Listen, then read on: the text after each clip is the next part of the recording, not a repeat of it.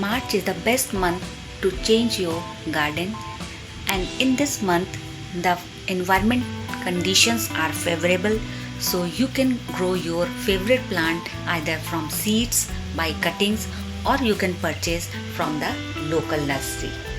If you are planning to buy some plants for your balcony or garden, then this video will surely help you, because in our today's video I will share top 20 most beautiful and stylish plant with their identification and care tips. These plants are hard to kill and easy to maintain.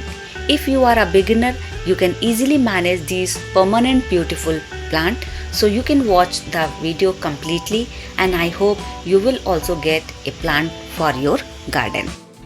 So hello everyone, welcome once again to my channel Swaroopa Diaries with one more new video. So in this video I will share 15 most beautiful hard to kill plant you can grow easily in the month of March. So let's start the video.